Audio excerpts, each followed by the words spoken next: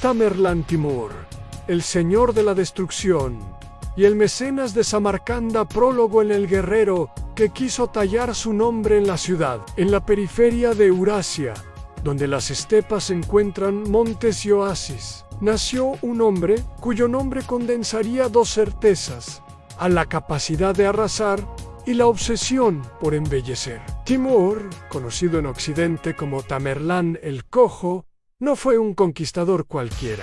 Fue el artífice de un ciclo de violencia y mecenazgo que reconfiguró por generaciones la geografía política y cultural de Asia Central. Persia, Mesopotamia, Anatolia, la India y los territorios levantinos. Gobernó a través de la espada y consolidó su poder con la ciudad Samarcanda, su vitrina, su orgullo, su taller. Esta crónica atiende a la paradoja que mejor lo define. A la misma mano que mandó incendiar ciudades, encargó mosaicos, atrajo sabios y copiadores de manuscritos y convirtió a su corte en un cruce de artes y saberes. Comprender a Timur exige leer tanto los mapas de la sangre como las plantas de sus edificios. Su política fue simultáneamente destrucción tácticamente liberadora y construcción simbólica de una nueva hegemonía. Y orígenes y filiación en sangre turco-mongola y la sombra de Cengiz Timur. Nació en 1336 en el seno de una familia de la estepa, de ambiente turcomano, con vínculos y pretendidas filiaciones mongolas. No era descendiente directo de Cengiz Khan y esa falta de pedigrí decisivo marcaría parte de su ambición. Su legitimidad descansó en la mezcla de lazos tribales, victorias militares y un discurso que recuperaba símbolos de la tradición nómada. La experiencia temprana forjó en él dos rasgos: una dureza práctica. La vida en la estepa enseña la complementariedad entre rapidez y escrúpulo, y una sensibilidad para hablar el lenguaje de las élites sedentarias cuando convenía. Aprendió a moverse entre jefes, a recoger seguidores y a explotar las fracturas de potencias. Mayor Rezan era, ante todo, un oportunista estratégico. Segundo, el ascenso en Transoxiana Ande, jefe regional, a señor de Samarcanda tras las desintegraciones políticas del mundo mongol tardío. Timur supo posicionarse, consolidó un poder regional en Transoxiana, la cuenca de Sogdiana, y tomó Samarcanda como centro de su proyecto. La elección de la ciudad no fue casual por su historia, sus rutas comerciales y su potencial simbólico. Samarcanda ofrecía la base para convertir al caudillo nómada en príncipe sedentario. La ciudad sería, en efecto, su capital emocional y política. Allí cimentaría palacios, mezquitas y talleres que le darían una visibilidad imposible de otra forma. El proceso de ascenso implicó alianzas matrimoniales, derrotas selectivas de rivales locales y la creación de una red leal de emirs y oficiales leales. Su estrategia política combinó la concesión de botines y tierras con la promesa de fama y puestos en la corte. La obediencia se pagaba con privilegio y la lealtad se renovaba con campañas y festines. Tercero, la lógica de la guerra, movilidad, terror y administración rápida. Timur llevó al límite la forma de gobernar de los grandes caballeros esteparios, la guerra como política, la movilidad como institución y el terror como arma de disuasión. Sus ejércitos, compuestos por caballería ligera y pesada, arqueros a caballo y contingentes de infantería reclutada en territorios conquistados, emplearon marchas rápidas, cerrojos de sitio y una brutalidad calculada contra ciudades que ofrecían resistencia. El terror no era solo resultado de la furia, sino herramienta deliberada. La reputación de Timur como destructor hacía que muchas plazas se rindieran antes de la lucha y que sus exigencias de tributo se cumplieran sin resistencias prolongadas. Al mismo tiempo, cuando se imponía la ocupación, su administración era efectiva y pragmática. Nombraba gobernadores, reasignaba recursos y utilizaba redes locales para garantizar la recaudación. El objetivo era claro: extraer riqueza para sostener la maquinaria bélica y financiar la ostentación palaciega de Samarcanda. Cuarto, el botín y la maquinaria del saqueo. En economía de la conquista, las conquistas de Timur tuvieron un fuerte componente económico. Las campañas producían botín, prisioneros, esclavos y tributos en especie que alimentaban tanto la economía de guerra como la renovación urbanística de su capital. Artesanos, manuscritos, tesoros y mano de obra especializada fueron transportados a Samarcanda. La ciudad se benefició de una circulación de talentos en arquitectos persas, artesanos turcos, calígrafos y constructores que trabajaron en mosaicos y cúpulas. Paradigm. La violencia generó una transferencia de capacidades técnicas que, en el corto plazo, transformó Samarcanda en centro de manufactura artística y en taller de remezcla cultural. La campaña india de 1398, Delhi en llamas, y la obsesión del saqueo. Una de las operaciones más recordadas y más sangrientas de Timur fue su marcha sobre Delhi en 1398. En la ciudad, rica y poblada, fue tomada tras un asedio que terminó con un saqueo feroz en la violencia, las ejecuciones en masa y la deportación de vastos contingentes humanos marcaron el capítulo más oscuro de su carrera. Más allá del horror humano, el saqueo reforzó la fama de Timur y suministró abundante botín para sus empresas de construcción. Delhi, en el relato del tiempo, quedó como ejemplo de la capacidad destructora de los ejércitos de la estepa cuando se combinaban con la lógica de un caudillo que entendía la guerra como provecho económico y prestigio simbólico. Sexto, Anatolia y la confrontación con Bayezid.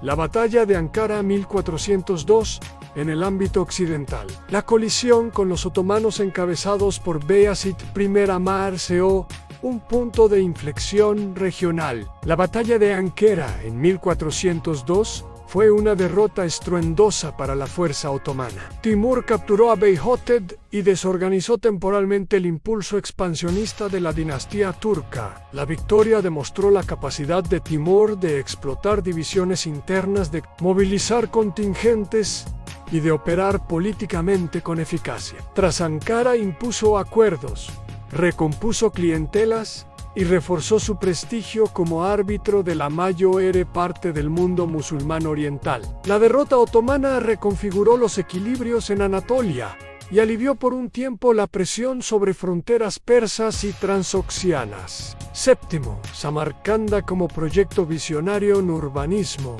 mecenazgo y memoria.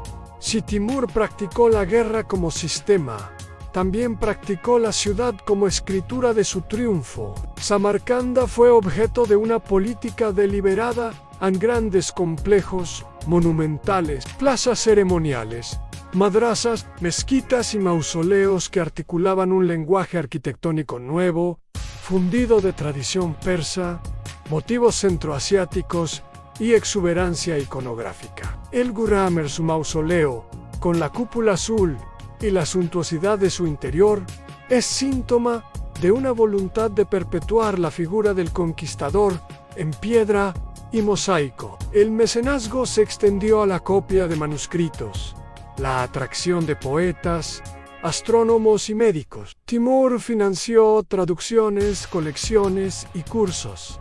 A la corte fue imán de saber. En Samarcanda confluyeron tradiciones islámicas, persas y turcas. La ciudad se volvió un laboratorio donde las artes y las ciencias encontraron protección estatal y un mercado. Este impulso civilizador no neutraliza, sin embargo, la violencia que lo financió. Ambas realidades son inseparables en la lógica timúrida. Octavo, administración del imperio y límites del orden personalista.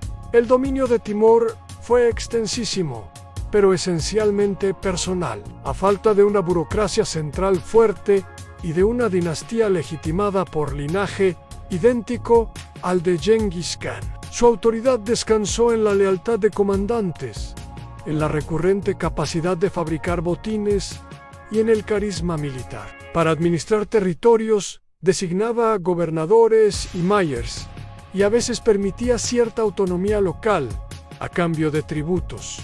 Esa combinación funcionó en vida del conquistador. Sin embargo, dejó al imperio vulnerable a la fragmentación tras su muerte. La estructura era dinámica y eficaz en campaña, pero débil en cuanto a institucionalización, dependía del miedo y del prestigio, no tanto de reglas impersonales. Noveno, la brutalidad política y la memoria de la destrucción.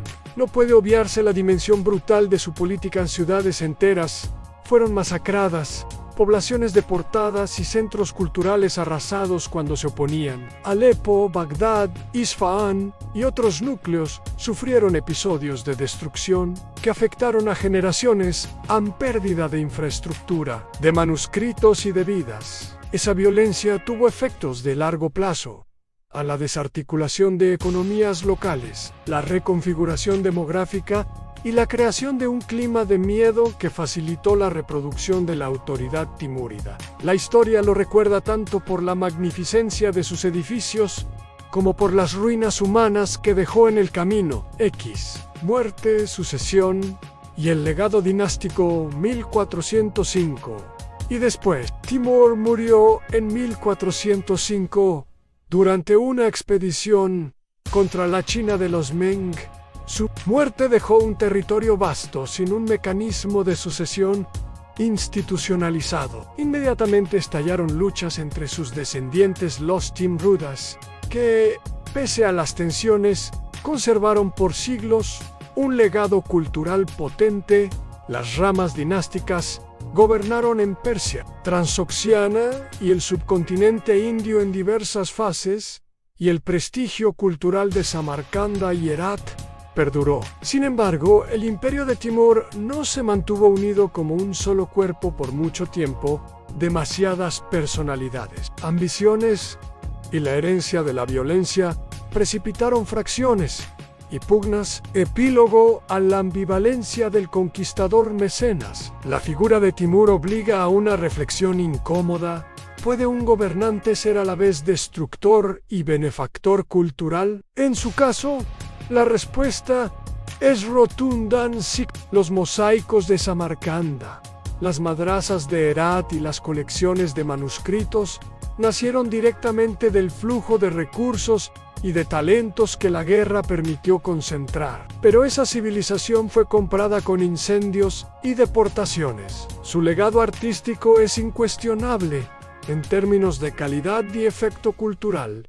Su precio ético es igualmente grave. La paradoja no es solamente humana, es política. Al consolidar un orden mediante la violencia, Timur mostró que la producción de cultura y la práctica de la destrucción pueden ser, en regímenes personales, dos caras de la misma moneda. Legado histórico y cultural, dos hilos principales, quedan tras Timur.